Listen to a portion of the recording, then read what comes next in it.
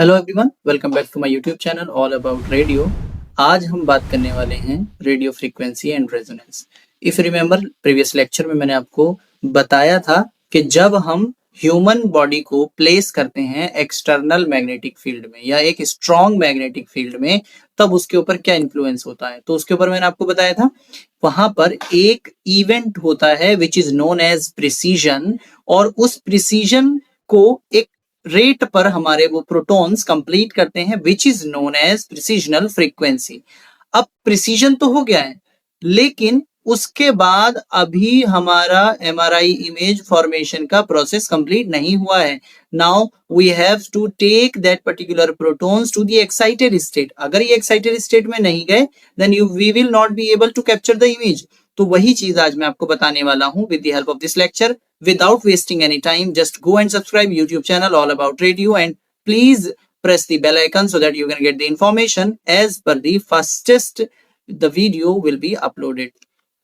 So what is resonance actually? So resonance is nothing but it is the change in the virtue of any object or a proton, like when our RF pulse having frequency equal to Larmor frequency of tissue is applied perpendicular to the magnetic field, then it is absorbed by the proton nuclei and resonance occurs. मतलब जब हम RF frequency को same frequency पर apply करते हैं, किसके rate पर? जो प्रिसीजनल फ्रीक्वेंसी यानी जो लार्मर फ्रीक्वेंसी है उसके साथ किस एंगल पर हम इसको दे रहे हैं? लॉन्गिट्यूडनली, उसके साथ परपेंडिकुलर हम इसको दे रहे हैं। तो ये हमारा एक लॉन्गिट्यूडनल मैग्नेटिक फील्ड है और हॉरिजॉन्टली हमने आरएफ पल्स को अप्लाई किया है। अगर इनकी दोनों की फ्रीक्वेंसी एक दूसरे को मैच करती है, यानी कौन कौन सी दो फ्रीक्वेंसी? आरएफ पल्स की फ्रीक्वेंसी और दूसरी है हमारी जो प्रिसीजनल फ्रीक्वेंसी है जिस पर हमारे प्रोटॉन्स रोटेट कर रहे हैं, ये दोनों की फ्रीक्वेंसी एक दूसरे के साथ मैच करेगी, जब जाकर हमारी ये आरएफ फ्रीक्वेंसी आपके प्रिसीजनल फ्रीक्वेंसी वाले प्रोटॉन्स के साथ टकराती है, तो ये सारी एनर्जी इसमें एब्जॉर्ब हो जाती है और ये अपने एक एक्साइटेड स्टेट में जाने लगते हैं। जो ये लॉन्गिट्यूडनल एक्सिस में थे वो रोटेट करते करते करते करते आपके हॉरिजॉन्टल एक्सिस तक आ जाते हैं। सो ये जो पर्टिकुलर प्रोटोन अपनी एक्सिस से दूसरी एक्सिस में अपनी पर्टिकुलर स्टेट को वर्च्यू को छोड़कर किसी दूसरी लोकेशन में जा रहा है एक्साइटेड स्टेट में, वही कहलाता है रेजोनेंस। तो आपको आज एक चीज याद रखनी है कि मैग्नेटिक रेजोनेंस इमेजिंग, तो जब तक रेजोनेंस नहीं होगा with the help of magnetic field, तब तक हमें इमेजिंग यानी इमेज नहीं मिलेगा। तो resonance is the most important key in this particular imaging technique. आगे होता क्या है? At resonance RF does two things. Number first, converts spin from low energy parallel direction to the high energy anti parallel direction and spins are said to be excited। जो ये parallel direction में हमारे protons थे वो because of frequency अब anti parallel direction में आ चुके हैं, या फिर उसके साथ 90 डिग्री का एंगल बना चुके हैं, या इसके ऑपोजिट डायरेक्शन में हो सकते हैं। तो इस स्टेट में जब ये यहां से इस डायरेक्शन तक आ चुके हैं, यहां से यहां आ गए हैं, they are said to be excited, यानी एक्साइटेड स्टेट में गए हैं। Resonance pulls the protons and make them in phase but they still continue precision. और रेजोनेंस की वजह से ये सारे प्रोटॉन को इस एक्सिस से दूसरी एक्सिस में खींच रहा है, और सबको खींचने के साथ साथ ये प्रिसीजन भी कर रहे हैं, ये कंटिन्यूअसली रोटेट भी कर रहे हैं, अपने एक्सिस को भी चेंज कर रहे हैं और रोटेशन भी चल रहा है। तो ये इसी प्रोसेस की वजह से इनका एनर्जी लेवल धीरे धीरे धीरे धीरे धीरे धीरे इंक्रीज होता रहता है। जितनी ज्यादा देर तक हम आरएफ पल्स को ऑन करके रखेंगे, हमारे प्रोटॉन्स उतना ही ज्यादा एक्साइटेड स्टेट पर जाते हैं। लेकिन हम बहुत लंबे टाइम तक इसको ऐसा नहीं है कि ऑन करके रखेंगे और मैक्सिमम लेवल तक लेकर जाते हैं, नहीं, कुछ ही सेकेंड्स के बाद आरएफ पल्स को ऑफ भी कर दिया जाता है। तो रेजोनेंस तो आपको समझ में आ गया। रेडियो फ्रीक्वेंसी कौन सी हम यूज करते हैं, कितना यूज करते हैं और उसका क्या इफेक्ट है।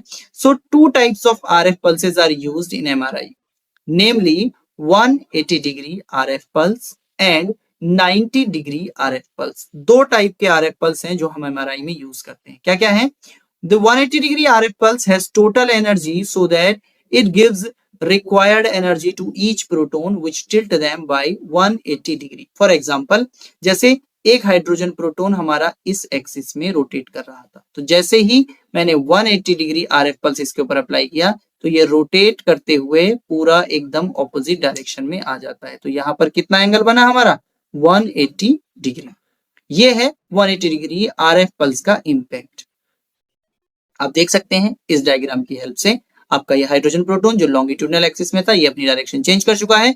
This is known as resonance.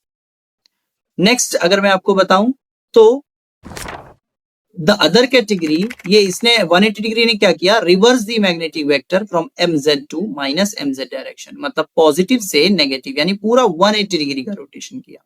A 90 degree RF pulse is one which has energy equal to half of the total energy, which tilts half of the dipoles which bring equal number of proton in spin up and spin down position। मतलब जब हम hydrogen protons यानी जो आपके इस axis में, यानी ये हमारी एक्सिस है z एक्सिस, जब ये z एक्सिस में रोटेट कर रहे थे और हमने 90 डिग्री RF पल्स को इसके ऊपर अप्लाई किया, यहां पर हमने कौन सा अप्लाई किया है 90 डिग्री, ठीक है, ये हमारा 90 डिग्री है। इसकी वजह से सारे हाइड्रोजन प्रोटॉन बस कितना आ सकते हैं इस एंगल पर, ये वाला एंगल हमारा इनको हाफ वे में ही एक्साइटेड स्टेट में ला सकता है। तो इसमें हमारे half proton spin up direction में और हाफ प्रोटॉन स्पिन डाउन जो है पोजीशन में रह सकते हैं बिकॉज ऑफ द 90 डिग्री, मतलब हम बिटवीन हम इसको एक्साइट कर रहे हैं। So the strength of magnetic field determine the tissue resonant frequency. अब कितने स्ट्रेंथ का हमने मैग्नेटिक फील्ड अप्लाई किया है उतना टिश्यू की रेजोनेंट फ्रीक्वेंसी होगी, मतलब जितना हाई मैग्नेटिक फील्ड होगा उतना ज्यादा फ्रीक्वेंसी होगी, उतना ज्यादा रेजोनेंस फ्रीक्वेंसी होगी और उतना बेटर क्वालिटी की इमेजेस हमें मिलती हैं। सो आज आपको एक चीज समझ में आ गई है कि अगर एमआरआई में इमेज क्रिएट करना है then we need two things. अगर इमेज क्रिएट करना है तो पहले हमें पेशेंट की बॉडी को मैग्नेटिक फील्ड में रखना है, उसकी वजह से हमारे हाइड्रोजन प्रोटॉन सेपरेट हो जाएंगे, एनर्जी लेवल सेपरेट हो जाएगा।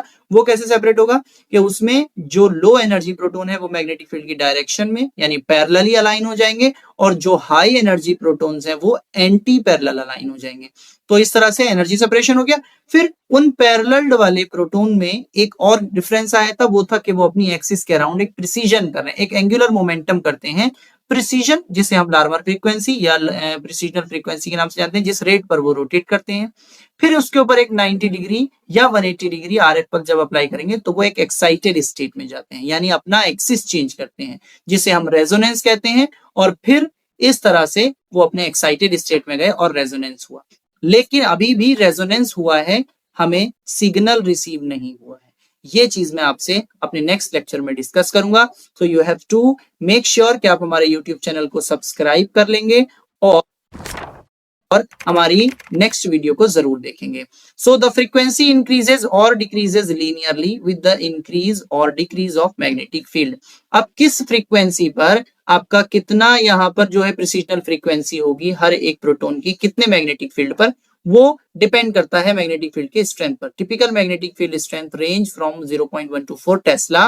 और उसके साथ क्या होगा, in the case of hydrogen the proton's precisional frequency is 21.29 or 42.58, 63.87 and 127.74 megahertz for 0.5 tesla, 1 tesla, 1.5 Tesla and 3 Tesla magnetic field strength respectively. मतलब 0.5 टेस्ला पर 21 मेगाहर्ट्ज, 1 टेस्ला पर 42 मेगाहर्ट्ज, 1.5 टेस्ला पर 63 मेगाहर्ट्ज एंड 3 टेस्ला पर 127 megahertz. आप difference देखें इसके और इसके बीच में आते आते जो मैग्नेटिक फील्ड है वो 6 टाइम हाइक हुआ।